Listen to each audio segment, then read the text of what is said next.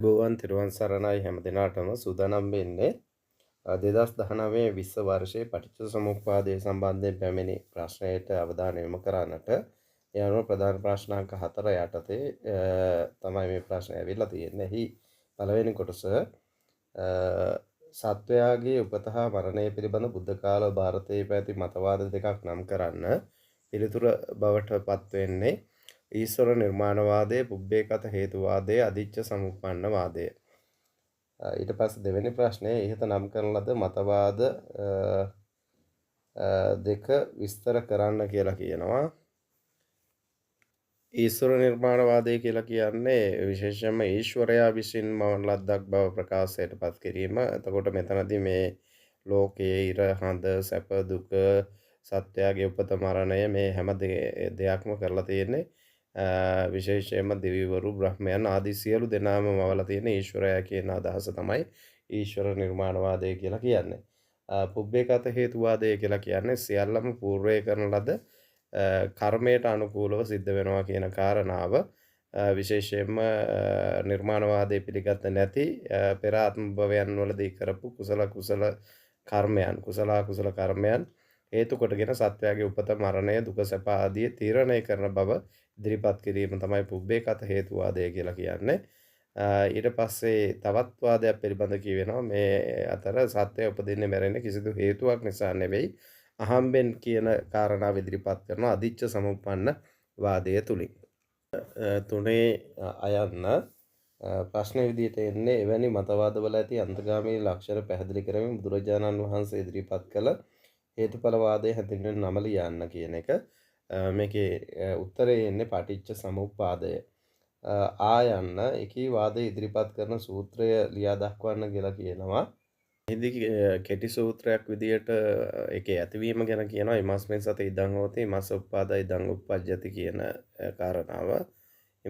මේ ඇති කල්ලි මේ වේ මේ ඉපදීමෙන් මේද උපදී කියන එකත් ඉමස්මින් අසති ඉදං නහෝති ඉමස්ස නිරෝධා ඉදං නිරුජ්ජති කියන එකත් ඉමස්මින් අසති මේ නැති කල්ලි මේද නොවේ ඉමස්ස නිරෝධා ඉදං නිරුජ්ජති මේ නිරුද්ධ වූ කල්ලි මේද නිරුද්ධ වෙයි කියන කාරණාව. එතකොට මේකේ දීර්ඝ සූත්‍ර දෙකක් තියෙනවා. ඉමස්මින් සති ඉදං හෝති ඉමස්ස උප්පාදා ඉදං උප්පජ්ජති යදිදං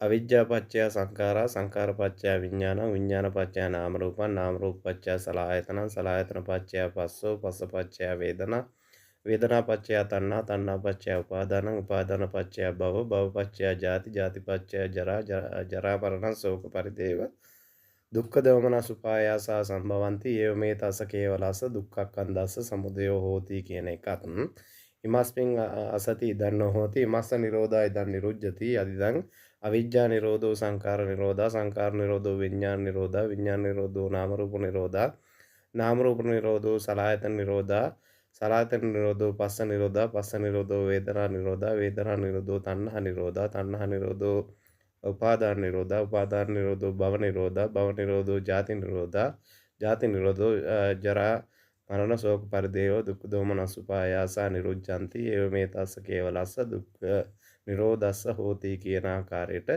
ඒ සූත්‍ර දක්වලා තියෙනවා. ඊළඟට හතරවෙනි ප්‍රශ්නය ගැටලුවක් විවරණය කිරීම පමණක් නොව විසඳුමක් ඉදිරිපත් කිරීමද බුදුදහමේ අරමුණ වේ.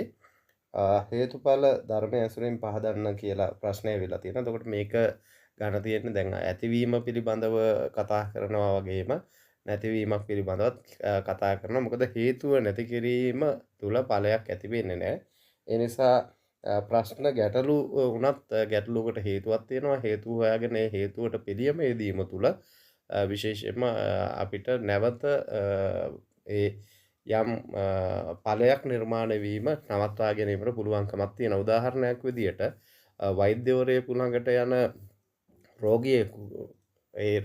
රෝගියෙකු රෝගියට බෙහෙත් ගන්නට යද්දී වෛද්‍යවරයා ඒකට හේතු සාධක හොයනවා. ඒ අනුව තමයි ගියපුවාම සමහරක් ලාට කෑවේ මොනවද බීවේ මොනවද ආදී වශයෙන් මේ ප්‍රශ්න අහන්නේ.